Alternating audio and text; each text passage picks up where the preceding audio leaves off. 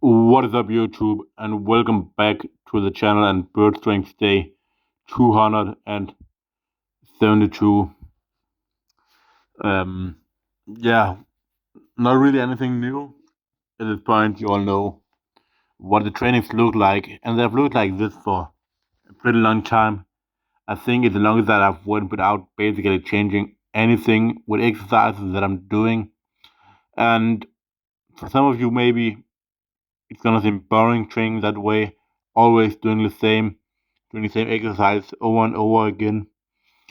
But in the long run, that is how you progress. And it's not necessarily by changing exercises as soon as you stagnate and don't have fun, because the fun comes from progressing and seeing yourself getting better. And if you're not giving it time, you're not going to see it. I've demonstrated that with many things, with the bench press, where I didn't feel like it was going well, with the overhead pressing, which is now going superbly. You'll also see today that I'm making a new PR and I have a lot more control with lighter weights. I'm able to go down fast and still maintain good technique. As I get down, I can go down with full speed and back up while having full control. So huge, huge progress being made there. But for a lot of things, it's been like stagnating and boring maybe for the first 4, 5, 6 weeks, and then suddenly I start to see progress and it becomes fun.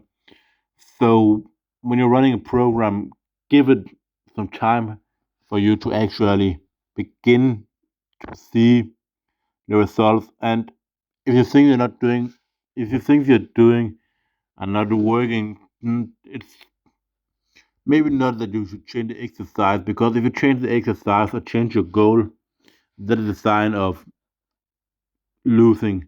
But if you just train your approach, maybe you change your frequency, maybe you change rep range, maybe you train a little bit further on failure, maybe you begin to introduce different variations, maybe you add in some isolation to target weak points. If that is what you need, you might be opposite to me, where your triceps are lagging, and to really begin to see progress in the bench, you need to add in a lot of tricep isolation, because you're really chest dominant. Or it could be like me, where you actually have a lot of muscle mass and you're better off actually just taking all isolation for the chest and triceps out of your training to have as much energy as possible available for improving the bench press, the technique in the bench press, and just getting comfortable with heavy weights there, because you don't really need the extra strength. You have the muscle mass as someone who can lift 160, 170, 180 maybe even in the bench press. So you just need to get good at bench pressing. There's a lot of different things to take into consideration, but the most important thing is that you give it some time with having the same exercises in there. And when you fail something one time or don't see progress for 1 week, you don't necessarily have to change anything. Try to optimize things the next week. Maybe you're getting better sleep, eating better, or something like that. And often the things will be better the week after. It's only if you are really seeing that you have done something for a year or many months, and you're starting to not see progress. Maybe then you want to change exercise and go over from bench press and begin to focus more on the overhead press, because now you have actually progressed a whole lot. Like for me, I'll have like maybe 6, 12 months where all I focus on is overhead press for pushing, and then that becomes 20, 25 kilos stronger, something like that. That is just a hypothetical thing. It becomes stronger, let's just say that. And then I go over to focus on handstand push ups to use that strength there. Then I go over on bench press, and even though it's not the same exercise per se, the increase in overhead press strength, I'm gonna have some carry over to the bench press. Now is obviously a heavy overhead bench press training period where that is the main focus. I'm not overhead pressing at all. Well, apart from the behind leg press, I'm doing as I press up to my overhead squats, which I think that is easily able to help me maintain my pressing strength because I can still easily do reps with 72.5 kg behind the neck, even with a wide grip, which makes it for me way harder than just doing it with a standard grip around a little bit wider than shoulder width. But yeah, then the goal is to milk the bench press for maybe 1 or 2 years until I feel like that stagnates and gets boring. And then I can use that extra strength, hopefully, to assist me in my overhead press and get stronger in the overhead press, and then handle push ups.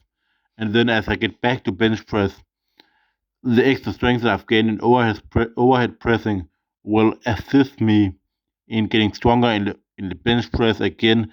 When I begin to get into the groove of that, I can make use of the new strength that I've gained in my shoulders.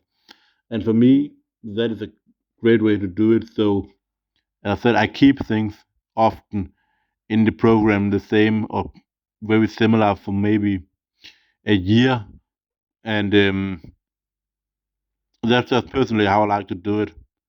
Um, because, as I said, I just feel like I get into the groove with things after a few weeks, and then I just find something that works well. I grind with that for a long time, and when I start to see less progress, and I'm at a point where I'm just happy with the progress I've seen with that, I try to change to something else because I'm not a power lifter, I'm not a bodybuilder or anything. I just like to train and get strong in a variety of ways. I still want to deadlift 300 kg. I still want to do I want to do a 180 kilo surge at Jefferson curl. I want to squat 250.